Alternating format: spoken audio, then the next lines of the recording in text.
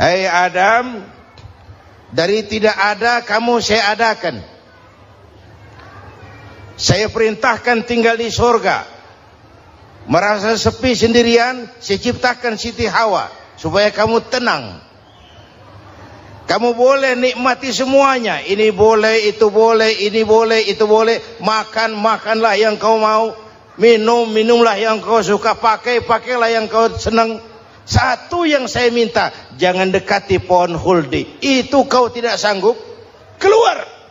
Diusir dari surga. Sujud Nabi Adam. Kata riwayat 40 tahun sujud. Membaca Rabbana zalamna anfusana wa illam taghfir lana wa tarhamna lanakunanna minal.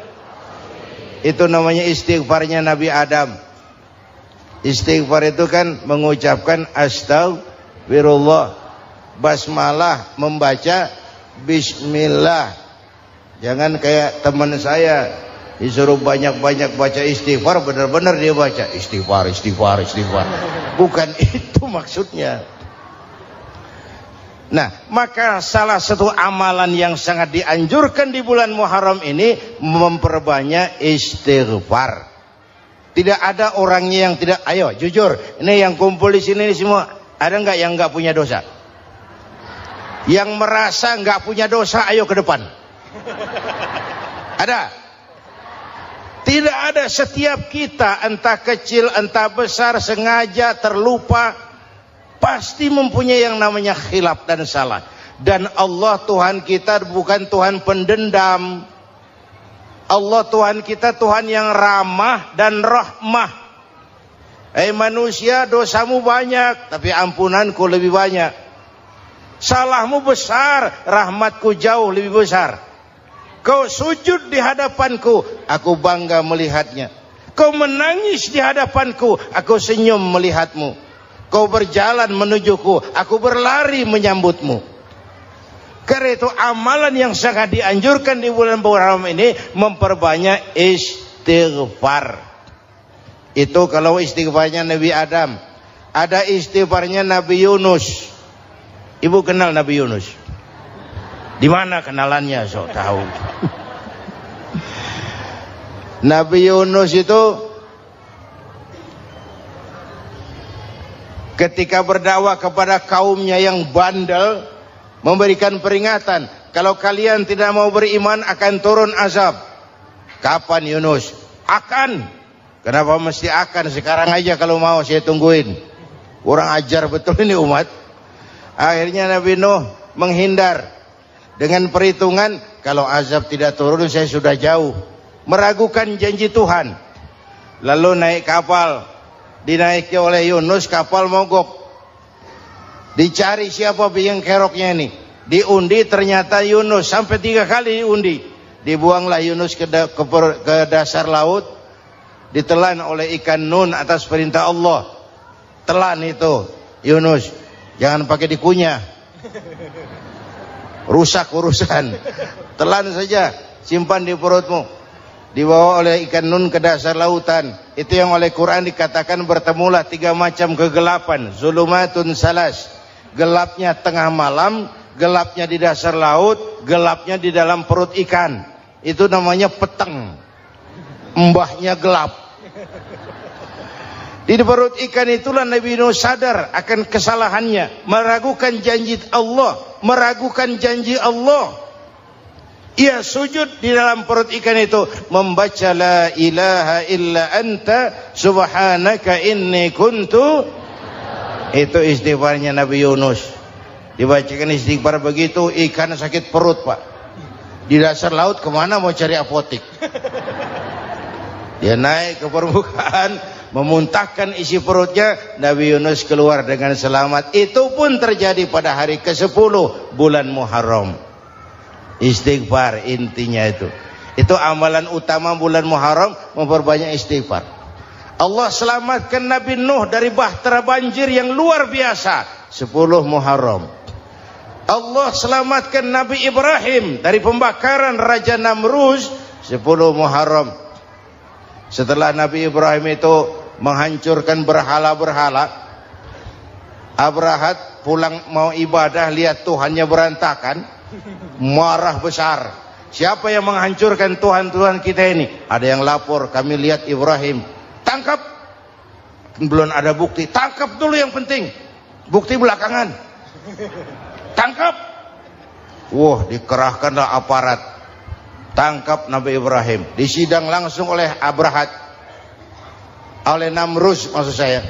Ibrahim, kau yang menghancurkan berhala-berhala kami ini, Tuhan-Tuhan kami. Siapa bilang? Ada yang lapor. Saya dengar enggak semua berhala itu hancur. Ada yang paling besar. Angkat tangan, saya lihat ada kampak di tangannya. Barangkali yang besar itu iseng tuh. Yang kecil-kecil dikampakin. Tanya aja sama dia. Kamu gila? Kenapa? Masa kami disuruh nanya berhala? Nggak bisa jawab. Nggak bisa jawab. Lah kenapa disembah? Lebih gila mana? Tahu nggak bisa jawab kenapa disembah? Kurang ajar kamu Ibrahim. Bakar. Dibakar. Ketika Ibrahim dilempar ke kobaran api yang menggunung, Allah perintah api. Ya naru kuni bardan wa salaman ala Ibrahim. Hai api, dinginlah sampean. Api Madura waktu itu, Pak. Hai api, dinginlah sampean, selamatkan Ibrahim. Api tunduk kepada perintah Allah. Ibrahim masuk ke kobaran api, selembar rambut pun tidak terbakar. Kenapa? Apinya tunduk kepada perintah Allah. Kenapa? Karena Ibrahim orang yang takut kepada Allah. Api tunduk kepada perintah Allah. Kalau kita baca ayat itu, masuk ke api, mateng. Sudah hadirin yang saya muliakan, oleh karena itu, selamatnya Ibrahim dari pembakaran Raja Namrud, itu pun pada 10 Muharram. Yaumul Asyura, hari ke-10 dari bulan Muharram. Imedia. Bapak Ibu hadirin hadirat yang saya cintai, sebagian kecil tentang Nabi Adam, Nabi Ibrahim dan Nabi Yunus, tapi saya belum menceritakan tentang Nabi Nuh tadi. Mengulang kaji. Nabi Nuh salah seorang rasul yang masuk ulul azmi 5 besar. Karena memang perjuangannya menggambarkan satu usaha yang ulet dan luar biasa. Beliau diberi umur 950 tahun. Lalu berdakwah selama 900 tahun. Sore, pagi, siang, malam. Dapat pengikut tidak lebih 80 orang. Rata-rata 10 tahun satu. Kalau saya minta berhenti aja jadi nabi, Pak. Ustadz mana masih mau buka pesantren? 10 tahun buka pesantren, yang nyantri cuma 1. Pedagang mana yang masih mau dagang? 10 tahun dagang, yang beli 1. Pimpinan partai mana yang masih mau kampanye? 10 tahun buka partai, yang nyoblos 1. Bangkrut. Umatnya bandel, kurang ajar, durjana, bajingan, tengik. Umatnya Nabi Nuh ini kalau diceramahi, telinganya ditutup dengan tangannya. Nabi Nuh akhirnya rekes.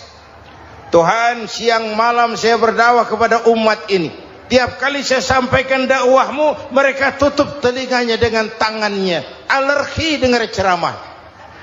Apa itu ceramah? Non profit. Saudara-saudara, jadi mau kamu gimana, Nuh? Sudah Tuhan, habiskan saja orang kafir. Nanti kalau punya anak, anaknya pun kafir lagi. Lebih baik bapak moyangnya sikat habis. Biasanya kalau bapak kalong, anak kampret. Bapak nyolong, anak nyopet. Fotokopi gimana aslinya? Habiskan saja. Itu mau kamu, Nuh? Iya. Oke. Nanti aku turunkan banjir, Nuh. Buat kapal. Dengan apa saya harus buat kapal, Nuh? Ya dengan kayu, kata Tuhan. Kayunya dari mana, Tuhan? Ya dari pohon, Nuh. pohonnya belum ada Tuhan, ya tanam dulu. Nuh bikin kapal, kayunya nanam pohon. Apa artinya? Perjuangan perlu kesabaran. Sukses itu ada prosesnya. Nggak bisa simsalabim abracadabra lalu kita mau sukses. Semua ada prosesnya. Walaupun kenyataannya begitu. Sukses banyak bapaknya, gagal itu yatim. Kalau kita sukses banyak yang ngakuin. Yang baru ketemu pakai manggil encing. Ketemu baru. Tapi sukses banyak bapaknya. Gagal yatim, nggak ada yang mau ngakuin kalau kita gagal itu. Udah bikin kapal dengan kayu di tengah kampung, bikin kapal ini. Bayangkan di tengah kampung bikin kapal. Orang kafir makin menjadi-jadi. Lihat Nuh, kenapa? Makin sarap. Bikin kapal di tengah kampung, mau belayar kemana? Tuh lihat, kalau orang nggak tahu tujuan, mountain setengah jalan. Proses yang dinilai bukan finalnya. Ya kayak gitu kesimpulannya. Saya enaknya sendiri.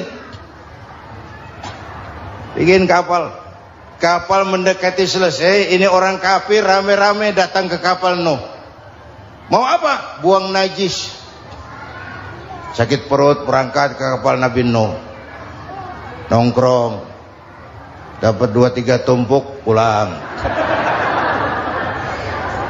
Penuh lantai kapal dengan najis manusia. Inilah perjuangan.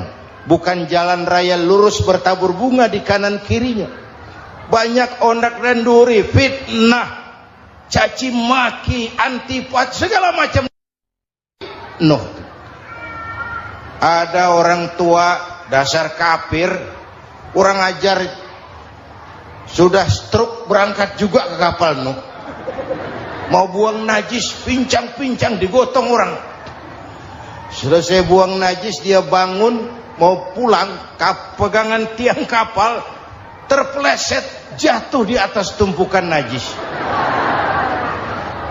Terjadi keajaiban, yang stroke-nya sembuh, lumpuhnya hilang, berangkat digotong-gotong pulang, jalan gagah sekali. Tapi orang kampungnya heran, ente sudah sembuh? Sudah. Berobat di mana? Kok begitu paten? Di kapal Nuh. Masih banyak.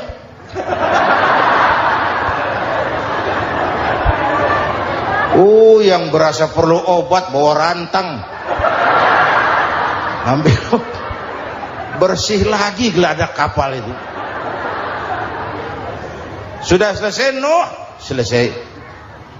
Oke, kau orang yang beriman bersamamu, binatang serba sepasang, naik Nabi Nuh, naik orang beriman, naik binatang serba sepasang. Ini cikal bakal penyelamatan manusia, Pak. Naiklah orang beriman, sudah naik semua, Nabi Nuh kontrol. Ini contoh buat kita, kontrol. Sudah naik semua teman-teman, sudah. Pemimpin yang baik bukan cuma terima laporan di belakang meja. Laporan itu yang mana juga bagus. Sama juga kampanye, kampanye yang mana juga merdu. Kalau saya, kalau aja yang dihitung. Pernah ada calon bupati kampanye janji, kalau saya berhasil kita akan banyak bangun jembatan di daerah kita. Rakyat tanya, Pak, nggak ada sungai di kampung kita, Pak. Dia bilang, sungainya kita bangun sekalian. Udah kadung janji, mana pula orang mau bangun sungai ini. Saudara-saudara, kontrol. Jangan cuma tunggu laporan di belakang meja, semua laporan bagus. Ya Bu? Bu?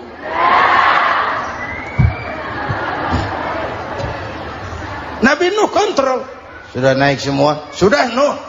Pulan bin Pulan naik Nuh. Paimin bin Tukijo naik, kami lihat naik. Ada orang Jawa juga Kiai? Ada. Sudah kontrol, Kanan anak saya ikut nggak naik kapal? Kami tidak lihat itu Nuh. Kanan, ini potret. Bapaknya aktif ke masjid, ibunya rajin ke majelis taklim. anaknya keleleran kemana-mana. Bukan di sini, di Prancis. Udah di sini insya Allah sama.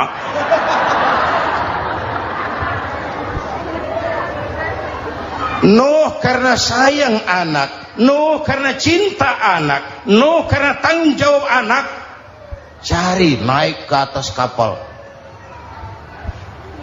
Lihat Kan'an, anak saya, nggak lihat Nuh.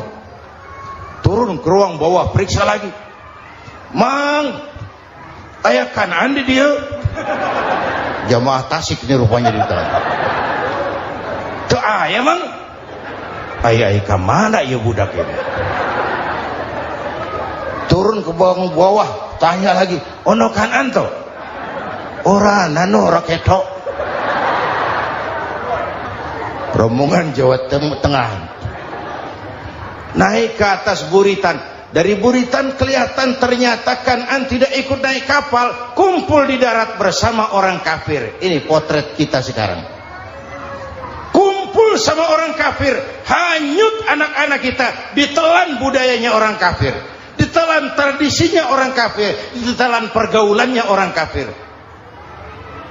Nuh karena sayang anak dari atas manggil. Dalam Quran dijelaskan itu. Karena Nabi Nuh di atas, Kan'an di bawah, teriak, ya bunayyar kam ma'ana. Begitu dalam Quran ayatnya. Cuma ini pakai gaya memanggil supaya kelihatan kegambar, kira-kira Nuh manggilnya begitu. Ini namanya gaya dakwah, Pak. Kalau ceritanya datar nggak menarik. Maka Nuh memanggil Kan'an, ya bunayyar kam ma'ana. Kata yang dengar, heeh. Ini gaya orang manggil, ya bunayyar kam ma'ana. Kan'an, kesini nak, naik kapal sama papi.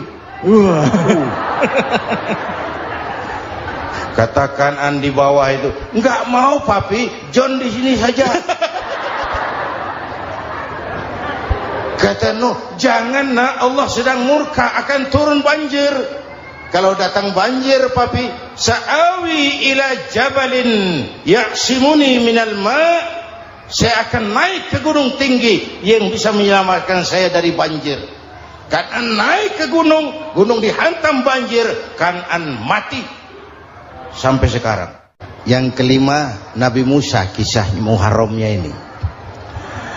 Lahir dalam kondisi yang sulit karena Fir'aun mimpi akan lahir seorang anak dari keturunan Bani Israel yang akan menghancurkan kerajaannya. Kata Fir'aun, sudah lahir belum anaknya? Belum. Kalau gitu mulai malam ini laki-laki dilarang bergaul sama istrinya. Semua perempuan hamil di bawah pengawasan negara. Mulai hari ini kalau lahir anak laki-laki terutama Bani Israel, penggal. Satpol PP disiapkan. Udah ada kayaknya. Ada. Patroli. Bayangkan, Fir'aun itu bikin undang-undang seenaknya sendiri. Apalagi merasa kekuasaannya dalam ancaman. Penguasa manapun kalau merasa dalam ancaman, panik. Padahal kekuasaan itu kayak harimau. Makin lama ditaiki, makin sulit turun. Kenapa? Karena macannya makin lapar. Naik terus capek, turun dimakan harimau. Serba sulit. Saudara-saudara, kalau kita mau belajar dari Pak Harto, saya melihat kekurangan Pak Harto cuma satu, terlambat berhenti.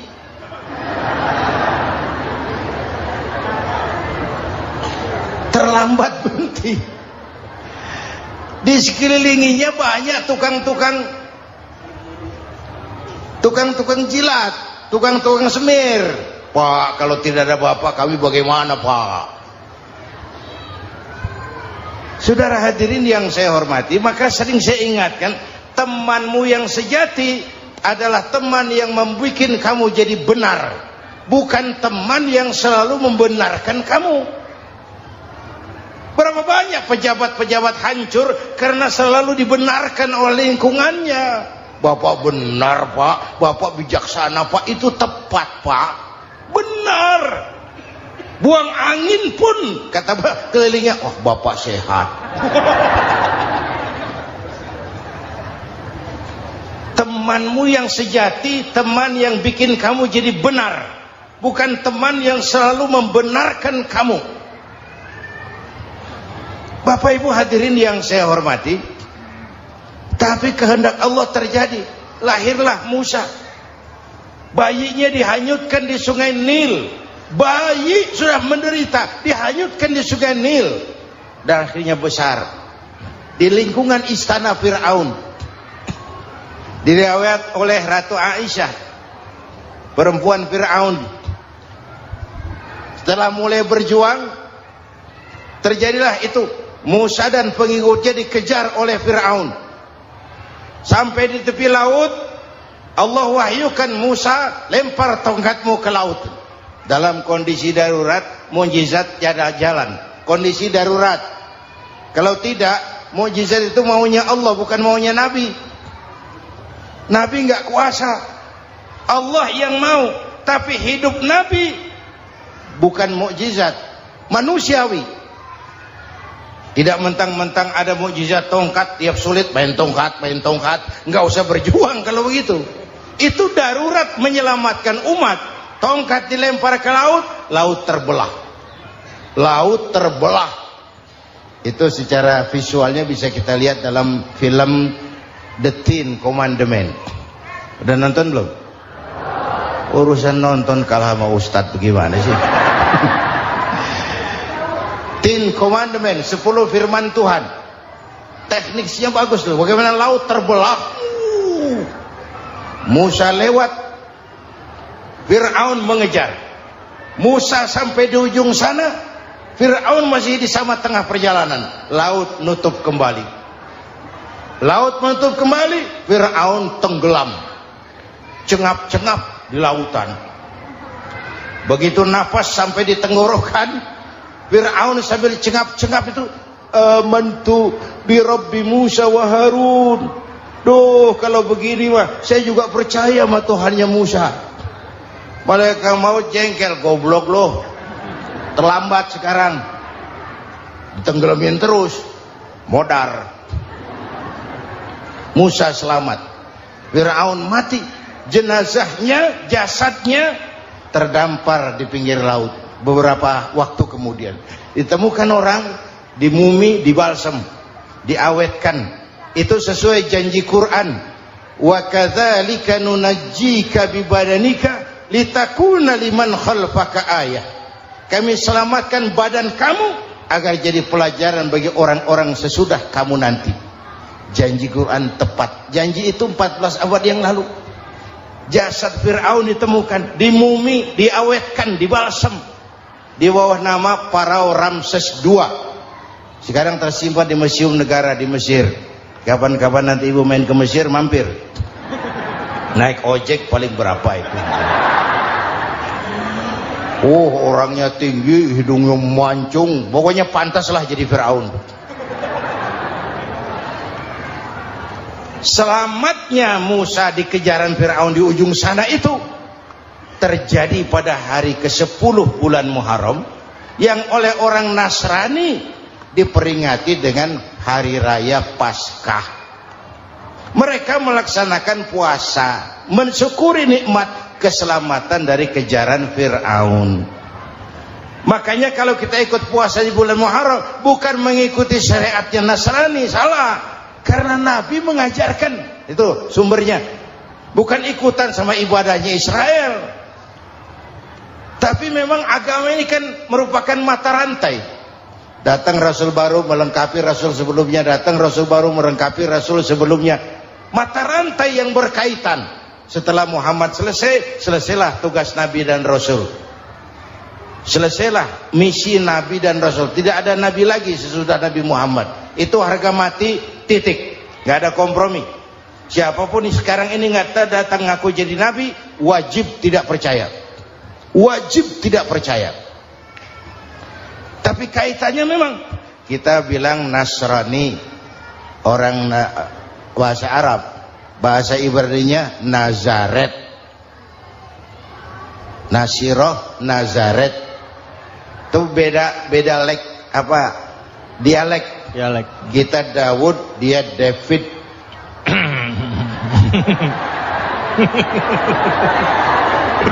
Ibrani. Kita Ali, dia Alek. Kita Sulaiman, dia Solomon. Kita Camat, dia Comot. Ini yang ngomong ini comot sembarang. Media. Bapak dan Ibu jamaah yang saya cintai, pertanyaan pertama, hijrah qalbiyah. Ada hijrah badaniyah, hijrah fisik yang dilakukan Nabi dan sahabat dari Mekah ke Madinah. Itu hijrah badaniyah. Ada hijrah qalbiyah, hijrah hati. Dan ini yang kita perlukan sekarang. Karena refleksinya akan membias kepada alur kehidupan. Kalau hati kita mau berhijrah, fisik akan ngikuti. Hijrah dari tempat, dari malas ibadah menjadi rajin ibadah. Hijrah dari maksiat kepada yang ma'ruf, dari berpecah belah menjadi bersatu. Hijrah seperti itu yang sangat kita perlukan. Apalagi masyarakat ini paternalistik. Kita harus hijrah mental sekarang ini. Maka yang disampaikan tadi benar. Seorang ketua MK siap mengundurkan diri kalau terbukti anak buahnya terlibat suap. Itu walaupun siap, tapi sudah angin segar buat rakyat. Bahwa masih ada banyak insya Allah pejabat kita yang punya harga diri. Walaupun ada juga pejabat kita yang muka tembok, kulit badak, kuping kebo. Muka tembok, kulit badak, kuping kebo. Biasanya kalau kereta api tabrakan di negara-negara maju, Menteri Perhubungannya mundur. Di kita petugas palang pintu dipecat. Jauh sekali menteri sama petugas palang pintu. Yang benar-benar diadili yang krocok-krocok, kopral-kopral itu. Padahal hadisnya jelas, ar-rashi wal murtashi finnar. Yang nyuap dan yang nerima suap, dua-duanya neraka. Kasus potret belakangan ini, yang nerima suap, yang diuber, yang nyuap aman, yang nyuap aman, yang korupsi pajak dikecil-kecilin, yang ngemplang pajak aman. Padahal ngemplang pajaknya triliunan. Padahal dia sudah dikasih fasilitas oleh negara mengelola sumber daya alam negara yang artinya milik rakyat. Dia harus bayar pajak, uang pajaknya dikumpulkan bagi sebesar-besar kemakmuran rakyat. Itu tindakan merugikan rakyat. Karena itu betul, saya setuju, hijrah qalbi yang perlu kita lakukan sekarang. Hijrah hati. Kita ini bangsa Indonesia, seperti timnas. Timnas sekarang anak-anak muda sudah berani pakai baju PSSI. Iya. Kenapa? Menang. Coba kalau kalah terus, nanti menang. Tapi bangsa Indonesia itu memang seperti timnas, namanya kesebelasan, 11 orang. Walaupun ada pemain bintang, ya ada presiden, gubernur, menteri, itu bintang-bintang. Tapi bintang baru ada artinya kalau dibantu 10 pemain yang lain. Cristiano Ronaldo, siapa itu? Penyerang tengah Real Madrid, bintang. Lionel Messi, siapa lagi itu? Barcelona, bercelana.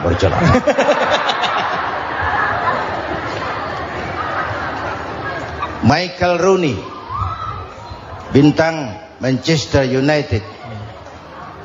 Ronaldo baru bintang, Messi baru bintang kalau ada 10 pemain yang lain.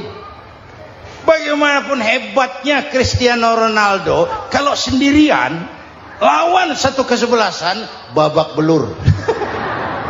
Itulah kita, bangsa Indonesia. Kita satu kesebelasan, harus saling memperkuat. Ada bangsa kita ini yang jadi jaksa, ada yang jadi hakim, ada yang jadi polisi. Itu posisi penyerang tengah, kiri luar, kanan dalam, back, striker, kiper, posisi. Tapi sadar, kita satu kesebelasan, Bung. Jangan bikin gol ke gawang sendiri. Kalau punya bola bagus, operan dong sama temannya. Yang bisa menciptakan gol, operan. Ada yang jadi pengusaha besar, bagus boleh. Punya untung besar, operan. Kasih masjid, kasih pesantren, operan. Ini kesebelasan kita kalau punya bola, pelitnya setengah mati, Pak. Nggak mau ngoper. Bawa sendiri, mending bikin gol. Enggak. Kita ini satu kesebelasan. Satu sama lain harus saling memperkuat. Bahwa ada penyerang tengah, itu sih posisi. Tapi kalau memang peluang memungkinkan, ayo dong operan. Saya iri sama kesebelasan Nasrani di Indonesia. Mereka kalau punya bola, operannya cakep. Gereja cepat selesai, rumah sakit Kristen cepat selesai. Kenapa? Operannya bagus. Kita ini kalau punya bola bawa sendiri, nggak mau ngoper. Maka masjid nggak selesai-selesai. Madrasah banyak yang bocor. Rumah sakit Islam kalah bersaing. Kenapa? Operannya berat. Ayo menyadari, kita ini timnas, satu kesebelasan. Jangan menjegal kawan seiring. Kawan sendiri dijegal. Sudah musuh terlalu kuat, gawang sendiri dijebol. Akhirnya terbalik kita ini. Ujian terberat telah diberikan Allah kepada para anbiya. Kemudian para aulia, kemudian para ulama. Summal amsal fal amsal, ke bawah dan ke bawah, diuji setiap orang menurut kekuatannya berpegang kepada agama. Kalau anak Melayu bilang, kalau takut dengan ombak, jangan berumah di tepi pantai. Kalau takut diterjang ombak, jangan berumah di tepi pantai. Kata ibu tadi, mau jadi pohon tinggi harus berani ketiup angin. Makin tinggi pohonnya, makin keras anginnya. Takut angin, jangan jadi pohon tinggi, jadilah rumput. Nggak ditiup angin, tapi diinjak kebo. Apa yang nggak ada resikonya? Apa yang nggak ada resikonya? Semua nabi ada yang dihantam kekuasaan yang arogansi. Ibrahim berhadapan dengan Namrud. Musa berhadapan dengan Fir'aun. Ada yang diuji dengan berhadapan umat yang sangat kurang ajar. Ada yang diuji dengan gosip yang dahsyat. Nabi Yusuf digosipi sama Zulaikha itu. Nabi Yusuf